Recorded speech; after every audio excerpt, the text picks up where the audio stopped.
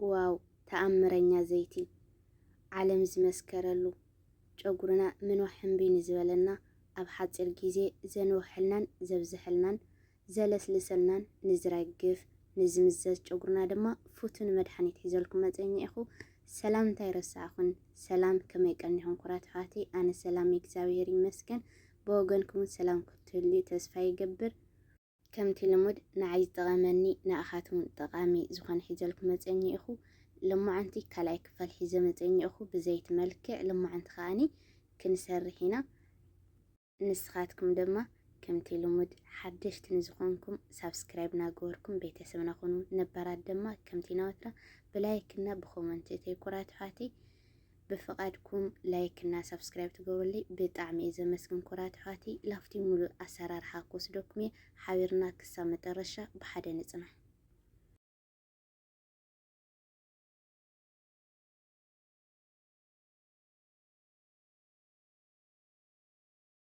ኣብዚ ዘድልየና ኩሉ ግዜ ኣብ ገዛና ዝርከብ ካብ ገዛና ዘይጠፍእ ኣዋዕኸ ወይ ከዓኒ ኣብሽ ኢልና ንፅውዖ ብዓረብ ነገርና ዝበልክና ንሕዋተይ ከዓኒ ሕልባዋ እናበሉ ይፅውዕዎ። ኣብዚ ኣድክመ ድክመ ኣቢለ እኒአኹ ብማሽን የመናይ ደኸመን ማእኸለዋይ ማለት እዩ። ኣብዚኣ ከዓኒ ሓጭን ተጠቕመ እኒአኹ።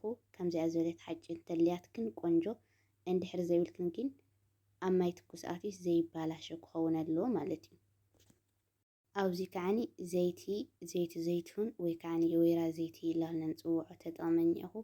ንስኻትክን ንጨጉርክን ዝስማዕምዕክን ዘይቲ ኩሉ ግዜ ተሓታኒ ኢኽን ብዛዕባ ዘይቲ ንጨጉርክን ዝስማዕምዕክን ዘይቲ ትጥቀማ ትኽእላ ኢኽን ማለት እዩ። ምንም ፀገም የብሊ። ኣብዚ 2 ማንካ ተጠቕመ እኒአኹ። ከምዚ ገይረ ሕብር ምስ ኣበልኩ ብደንብ ገይረ ከዓኒ ዘይቲ ክመልኦ እየ ማለት እዩ። ሓንቲ ግዜ ምስ ጀመርክና ማለት እዩ ኣብ ጨጉርክን ለውጢ ትሪኣ ኢኽን ማለት እዩ። ብቻ ንስኻትክን ሓንቲ ግዜ ጀምርኣ ማለት እዩ። ክተመስግናኒ ኢኽን ላተይ ከዓኒ ከምዚ ገርና ብደንብ ገርና ምስ ዋሃድናዮ ከዓኒ ክደን ኣቢልና ከምዚኣ ገርና ኣብ ማይ ትኩስ ጋዝ ከምዚኣ ገርና ጋዝ ውልዕ ኣቢልና ብታሕቲ ኣብ ማይ ትኩስ ለ15 ደቂቃ ክነፅንሓ ኢና ማለት እዩ። ድሕሪ 15 ደቂቃ ረኣዩ ከምዚ ኢሉ እኒኦ ሕብሪ ሒዙ እኒኦ ከምዚ ምስ በለ ክተውርዶ ኣለክን ካብዚ ላዕሊ ከዓኒ ክፈልሕ የብሉ ማለት እዩ። ራይ ሕጂ ኣነ ከውርዳ እየ። ከምዚ ዝበለ ገስቲር ተልይክን ቆንጆ እንድሕር ዘይብልክን ግና ብጨርቂ ጌርክን ክጥቅልሎ ትኽእላ ኢኽን። ከምታ ገይረያ እኒአኹ ሕጂ ለ24 ሰዓት ከምዚኣ ገይረ ከፅንሓ እየ ማለት እዩ። ሕጂ ከዓኒ ድሕሪ ሓደ መዓልቲ 24 ሰዓት መፂሕክ እኒአኹ ማለት እዩ። ሕጂ ብሓደ ክንካፍታ ኢና ረአያ ምንም ጨና ከዓኒ የብሊ ጨና ገለ ከይህሉ ኣባዓኸስ ይጨንል ገለ ከይትብላ ማለት እዩ። ምንም ጨና የብሊ ሰሪሕ ክንመኩራ እየ ዝብለክን ኩራት ሓቴ እያ ከምዚኣ ገይረ ፅሞቕ ቢለያ እኒአኹ።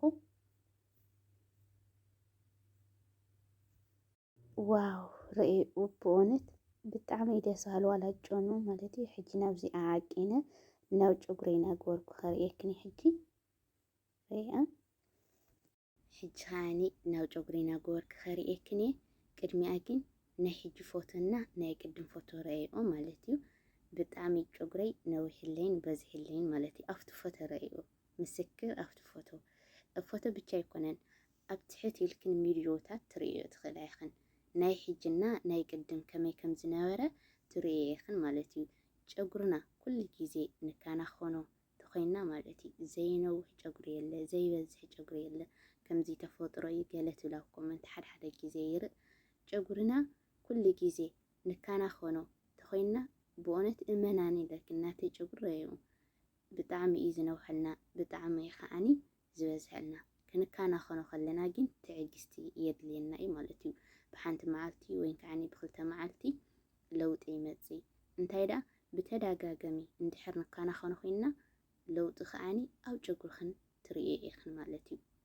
ብቻ ንስኻትክን ኮነ ኢልክን ንጨጉርክን ክንክን ተጀሚርክን ጨጉርክን ባዕሉ ክነግረክን እየ።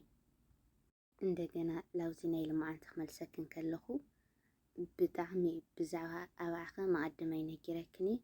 ጨጉርና ብጣዕሚ እዩ ዘንውሐልና ብጣዕሚ ከዓኒ ዘብዝሐልና ማለት እዩ።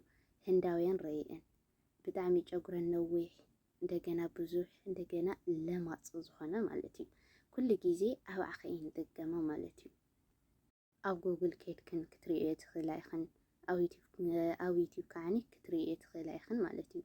ብጣዕሚ እዩ ቆንጆ ኣባዕኸ ጨጉርና ብእውነት ክነግረክን ይኽእልን ኣነ ለባዕልተይ ምስክር እየ።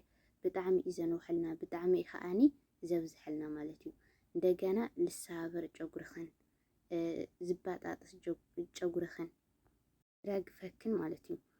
ከምዚኣ ጌርክን ሰሪሕክን ወይ ከዓኒ ከምቲ ነመቀደመይ ክልቲኡ ሰሪሕክን ተጠቀምክን ንስኻትክን ልምችየክን ትጥቀማ ትኽእላ ኢኽን ከምዘይ ተሰሪሕክን ከምዚ ናይ መቀደመይ ሰሪሕክን እውን ክትጥቀማ ትኽእላ ኢኽን ማለት እዩ። ብውሁድ መልክዕ እውን ከምፀልክን እየ ማለት እዩ። ብብዙሕ ዓይነት እዩ ዝስራሕ ኣነ ከዓ ብተን ኣነል ተጠቀምኩለን ኩለን ከምፀልክን እየ ማለት እዩ። ክልተ ዓይነት ሰሪሕልክን እኒአኹ እንደገና ብውሁድ መልክዕ ከዓኒ ከምፀልክን እየ። ንስኻትክን ብቻ ማለት እዩ እስቲ ኢልክን ጀምራ ማለት እዩ። እስኪ ዋላስ ኢልክን በቃ ጀምሮ እሞ ጨጉርኽን ሓንቲ መዓልቲ ተጠቂምክን ወይ ከምዘይት መልክዕ ወይ ከዓኒ ከም ውሁድ መልክዕ ረእዩ ጨጉርኽን እንታይ ዓይነት ለውጢ ከም ዘምፅአልክን ማለት እዩ። ጨጉረይ ብጣዕሚ ዝለውጥ ኣነ ክልተ ዓይነት ኣባዓኸና ፀሊም ቀመም ማለት እዩ። ካብ ክልቲኦም ሓደ ትህሊክን ጥቀማ ትኽእላ ኢኽን። ፀሊም ቀመም ትረኽባ ተኾይንክን ፀሊም ቀመም፣ ኣባዓኸ ትረኽባ ተኾይንክን ኣባዓኸ፣ ክልቲኦም ትረኽባ ተኾይንክን ከዓኒ ክልቲኦም ሓዊስክን ብዘይቲ ዝሰርሕዎ ትኽእላ ኢኽን ብውሁድ ክልቲኦም ሓዊስክን ማለት እዩ። ብጣዕሚ እዩ ቆንጆ ጨጉርና ጠንካራ እዩ ዝኸውን። እዚ ናይ ክሪ ጨጉርና ብጣዕሚ ጠንካራ ዝኸውን ጨጉርና ከዓኒ እንድሕር ጠንካራ ኮይኑ እዚ ናይ ክሩ ጨጉርና ይረግፍ ኣይሰባበር ማለት እዩ። ሓዲኦም ትረኽባ ተኾይንክን ከዓኒ ብሓዲኦም ትጥቀማ ትኽእላ ኢኽን ማለት እዩ። ምክንያቱ ከምዚ ዘለኹ ኣብ ኮመንት ሓደ ግዜ እዚ የረክቢ ብሓደ ዓይነት ተሰሪሐስ ወይ ከዓ ብዚ ተሰሪሐስ ይኸውን ድዩ ትብላን ኢኽን። ንስኻትክን ብቻ ጨጉርኽን ዝስማዕምዕክን ተኾይኑ ማለት እዩ ብዘለክን ክሰርሓ ትኽእላ ኢኽን ማለት እዩ። ኣባዓኸ ወይ ከዓኒ ፀሊም ቀመም ድሕር ዘይብልክን ሕጂ ብዘለክን ውህድ ማለት እዩ። ብቻ ግን ክትጥቀማ ከለኽን ጨጉርኽን ይስማዕምዖ ዶ ኣይስማዕምዖ ክትምክሮ ኣለክን ማለት እዩ። ሕጂ ለኣብነት ቅንፍር ካብ ኩሉ ገዛ ይጠፍእ ይብል ማለት እዩ።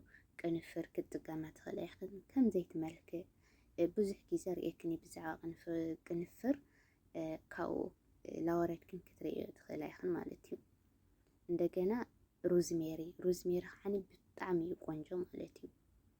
ብዘግኒ ኾነኦ ከምቲ ኣንቶ ዝበልክኽን ብዘግኒ ኾነኦ ክሰርሓ ትኽእላ ኢኽን። ግን ልጨጉርኽን ከምዚ ተወልክኽን ከዓኒ ብዘግኒ ኾነኦ ተወልክኽን ከዓኒ ልጨጉርኽን ዝስማዕማዕ ሕጂ ለኣብነት ጨጉርኽን ዘይስማዕምዖ እንድሕር ተኾይኑ ክትሓድጎ ኣለክን ማለት እዩ።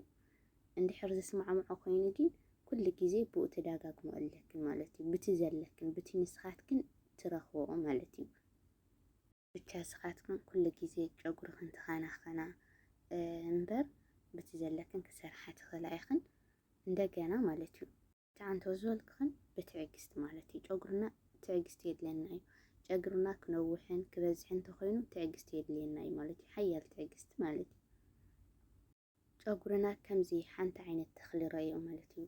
ወዲያው እንትኸለብልናያስ ወዲያውን ፍረይ ትበናን ሓቀይ።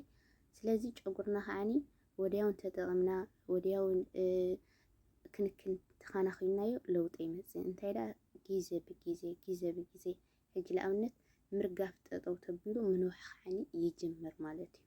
ከምኡ እምበር ብሓደ ግዜ ወይ ከዓኒ ብክልተ ግዜ ለውጢ ኣይመጽእ። ኣነ ኸ የብለክን እየ ብሓደ ግዜ ወይ ከዓኒ ብክልተ ግዜ ለውጢ ኣይመጽእን ማለት እዩ። ከዓኒ ለውጢ ክመጽእ የብለክን እየ። ንስኻትክን ብቻ ደጋጊምክን ተሞኪርክን እዩ ለውጢ ዝመጽእ ማለት እዩ። ናይ ልምዓንቲ ትሕዝተይ እዚኣ ትመስል ነይራ። ተፈቲሖምዋ ላይክ እና ሰብስክራይብ ግበሩ። ኩራት ኣሕዋተይ ብፍቓድኩም ላይክ እና ሰብስክራይብ ትገብሩለይ ድማ ብጣዕሚ እየ ዘመስግን። ክሳብ ብሓድሽ ትሕዝቶ ዝመፀኩም ድማ ኣብ ዘለኹም ወሰላም ኩኑ ኣሕዋተይ።